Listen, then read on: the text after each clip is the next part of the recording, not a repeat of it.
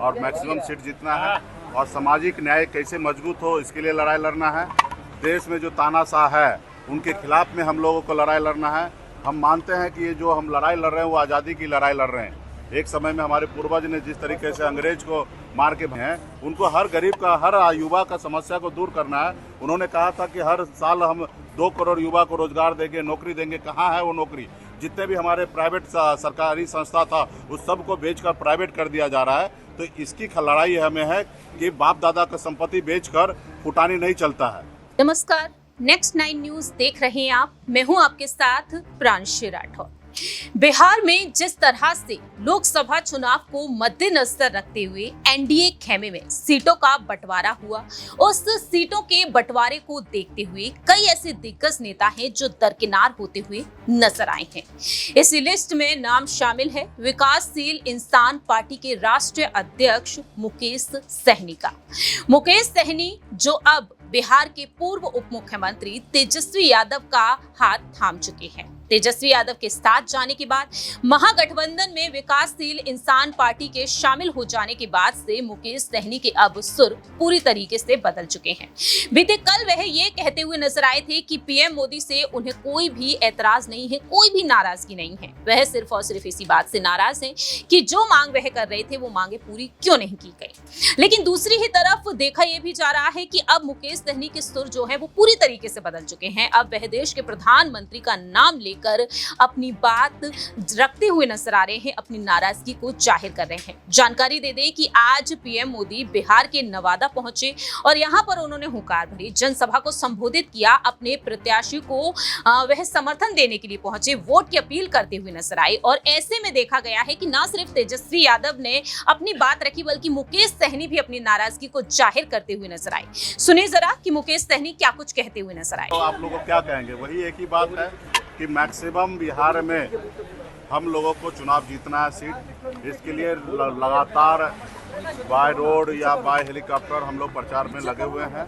और maximum seat जीतना है और सामाजिक न्याय कैसे मजबूत हो इसके लिए लड़ाई लड़ना है।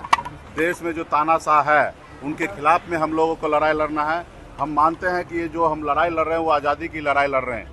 एक समय में हमारे पूर्वज ने जिस तरीके से अंग्रेज को मार के भगाया था, देश को आज़ाद कराया, उसी तरीके से आज मुझे लगता है कि देश में ऐसे जो लोग बैठे हैं जो 5 किलो चावल गांव में गरीब को देकर उसको लगता है कि यही विकास है।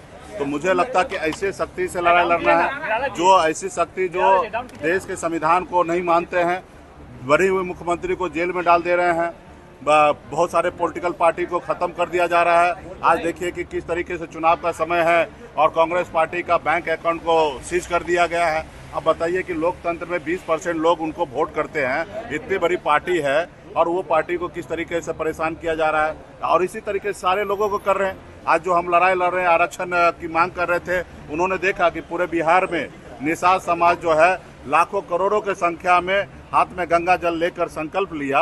1% भी उनका वैल्यू नहीं किया, उनका सम्मान नहीं किया कि वो एक बार बुलाते कि आइए सहनी जी क्या बात है, आपका समस्या को हम दूर करेंगे। उन्होंने मान लिया कि नहीं, इनकी पार्टी को ख़त्म कर देना है और इनकी बात को नहीं मानना है। तो बताइए कि देश के प्रधानमंत्री हैं, उनको हर गरीब का, हर युवा का समस्या को दूर करना है। उन्होंने कहा था कि हर साल हम 2 करोड़ युवा को रोजगार देंगे, नौकरी देंगे। कहाँ है वो नौकरी?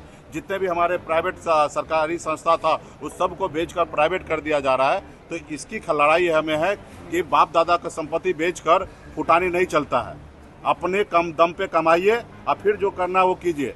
आप बाप दादा का संपत्ति बेच के फुटानी नहीं चलेगा। इसके लिए हम बिहार सरकार के मंत्री हैं हरीश सहनी, वो कह रहे हैं कि अपने लोगों के लिए आपने कुछ नहीं किया।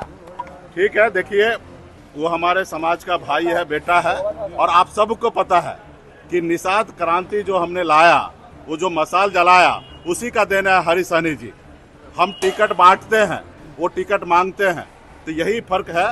और रहा कि आपने सुना कि साफ तौर पर मुकेश सहनी देश के प्रधानमंत्री का जिक्र करते हुए अपनी बात रखी। उनका कहना साफ तौर पर रहा कि जब हम महागठबंधन में शामिल होने के लिए आए तब किस तरह से पीएम मोदी ने हमें बुलाया तक नहीं, हमसे पूछा तक नहीं कि आखिरकार हम नाराज क्यों हैं, हमारी मांगों को पूरा तक नहीं किया।